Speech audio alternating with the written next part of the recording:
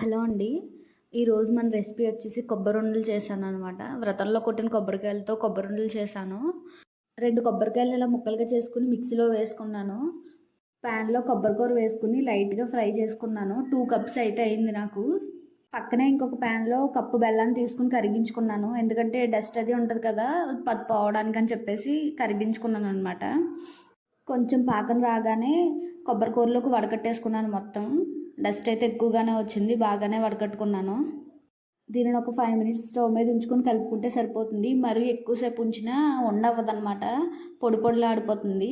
దీనిలో నేను ఒక చిన్న గ్లాస్ షుగర్ వేసుకున్నాను. చెయ్యి తడుపుకొని చిన్న ముద్ద తీసుకొని రౌండ్‌గా చేసుకోండి. బాల్‌లో అయితే మీకు కొబ్బరుండలో పాకం వచ్చేసినట్టే.